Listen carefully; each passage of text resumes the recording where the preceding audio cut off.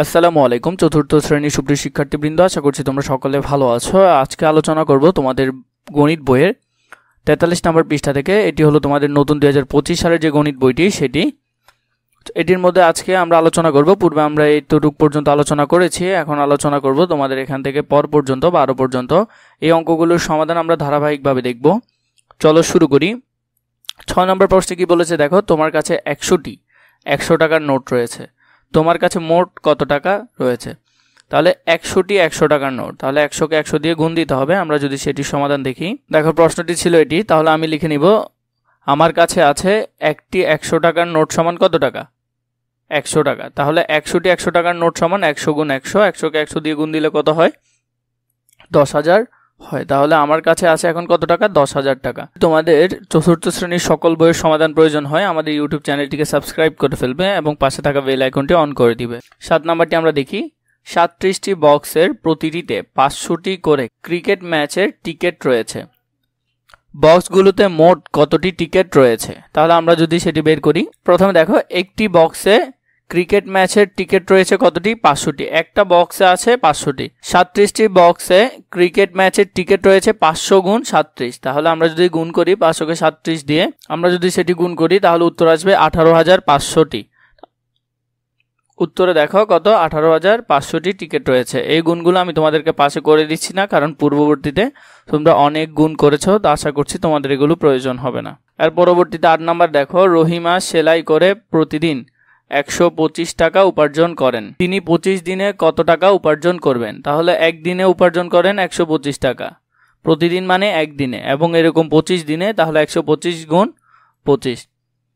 পরবর্তী সমাধানটি যদি দেখি আমরা, দেখো এখানে কি আছে, একদিনে উপার্জন করেন 125 টাকা, তাহলে 25 দিনে উপার্জন করেন 125 গুণ 25, তাহলে মোট কত টাকা হয়? দেখো এটি গুণটি পাশে এখানে করা রয়েছে, দেখো গুণটি দেখো, 5 আর 5 গুণ করলে 5 5 25, 25-এর 5, হাতে আছে 25-এর 5 বসালাম, হাতে আছে কত? 2, তাহলে 5 দুগুণে 10, 10 আর 2-এ 12, 12-র 2 বসলো, হাতে আছে কত?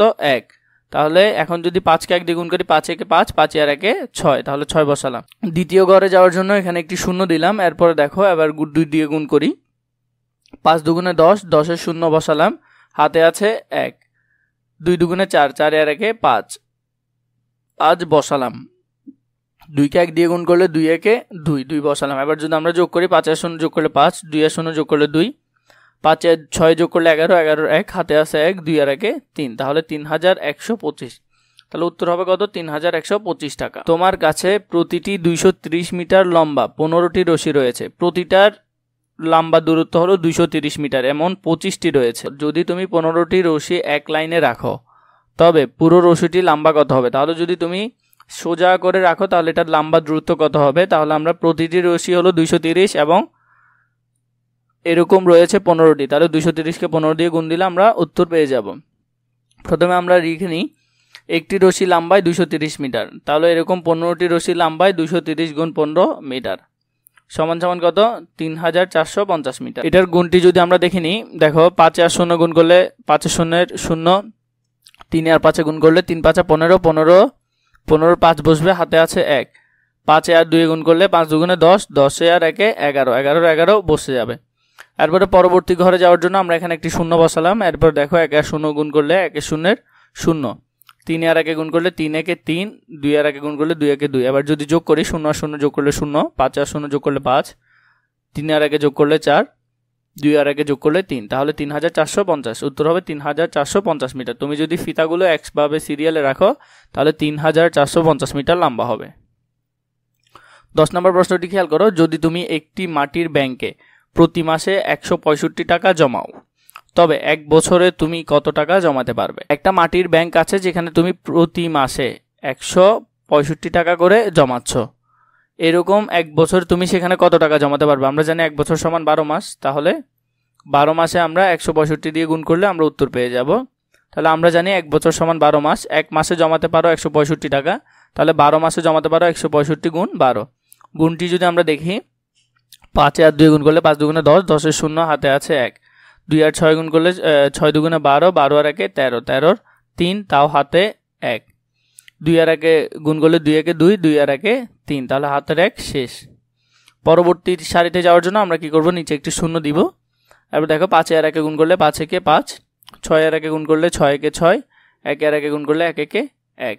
আবার যদি যোগ করি 0 আর 0 যোগ করলে 0, 5 আর 3 যোগ করলে 8, 6 আর 3 যোগ করলে 9, 1 এর 1 বসে যাবে। তাহলে 19,980 টাকা তুমি 12 মাসে জমাতে পারবে। 11 নম্বরটি খেয়াল করো, এখানে বলেছে সেলিম তার মুরগির খামার থেকে 185টি মুরগি বিক্রয় করলেন।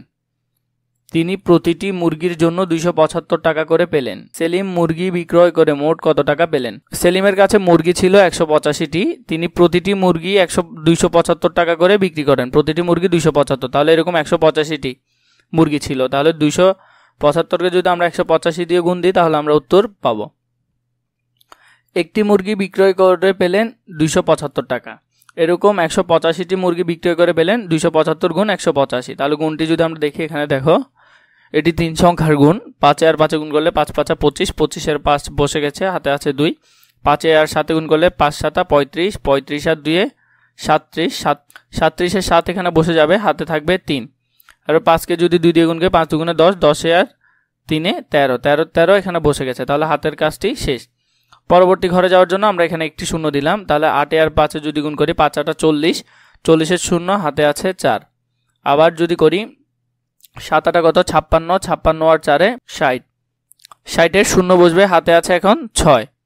8 আর 2 গুণ করলে 8 2 16, 16 আর 6 কত 16 আর 6 22, 22 এর 22 বসে যাবে। তাহলে এটি হাতের কাজও শেষ। পরবর্তী ঘরে যাওয়ার জন্য 2টি শূন্য দিতে হবে। শূন্য 2টি আমরা বসালাম। 1 দিয়ে যদি গুণ করি 5 একে 5, 7 একে 7, 2 একে 2, সবগুলো যদি যোগ করিস 5 আর 0 যোগ করলে 5, 7 আর 0 যোগ করলে 7, 5 আর 3 যোগ করলে 8, 7 আর 2 9, 9 আর 1 10, 10 এর 0, হাতে আছে 1, 2 আর 2 4, 4 1 5। তাহলে 50,875 টাকার তিনি মুরগি বিক্রয় করলেন। কত টাকার? 50,875 টাকার। একটি খাতা প্রস্তুত করতে 78 পাতা কাগজের প্রয়োজন। এইরূপ 955টি খাতা প্রস্তুত করতে তোমার কত পাতা কাগজের প্রয়োজন হবে? প্রতিটি খাতার মধ্যে 78টি করে পাতা প্রয়োজন হয়। এরকম আমরা 955টি রেডি করব। তাহলে 955 গুণ 78। আমরা যদি সমাধানটি দেখি, একটি খাতা প্রস্তুত করতে কাগজের প্রয়োজন হয় 78টি। এরকম 955টি খাতা প্রস্তুত করতে কাগজের প্রয়োজন হবে 955 গুণ 78। গুণটি যদি আমরা দেখি, এখানে 5 8 40, 40 এর 0, হাতে আছে 4। 5 8 40, 40 আর 4 44, তাহলে 44 এর 4 বসে যাবে, হাতে আছে আরো 4। 8 নং কত 72, 72 আর 4 76, 76 এর 76 বসে যাবে। এরপর দ্বিতীয় ঘরে যাওয়ার জন্য একটি শূন্য। আবার 5 7 35, 35 এর 5, হাতে আছে 3। 5 7 35, 35 আর 3 38, 38 এর 8, হাতে এখনো 3। 7 নং কত 63, 63 আর 3 66, 66 66 বসে যাবে। 0 0 যোগ করলে 0, 4 আর 5 যোগ করলে 9, 8 আর 6 যোগ করলে 14, 14 4, হাতে আছে 1, 7 আর 1 8, 8 আর 6 14, 14 4 বসে যাবে, হাতে আছে 1, 6 আর 1 7। তাহলে 74,490টি কাগজের প্রয়োজন হবে। এর পরবর্তীতে তোমাদের কোন অধ্যায়ের ভিডিও প্রয়োজন বা কোন বিষয়ের ভিডিও প্রয়োজন তা কমেন্ট করে জানাবে, আমি তোমাদের জন্য সেগুলো রেডি করে আনবো।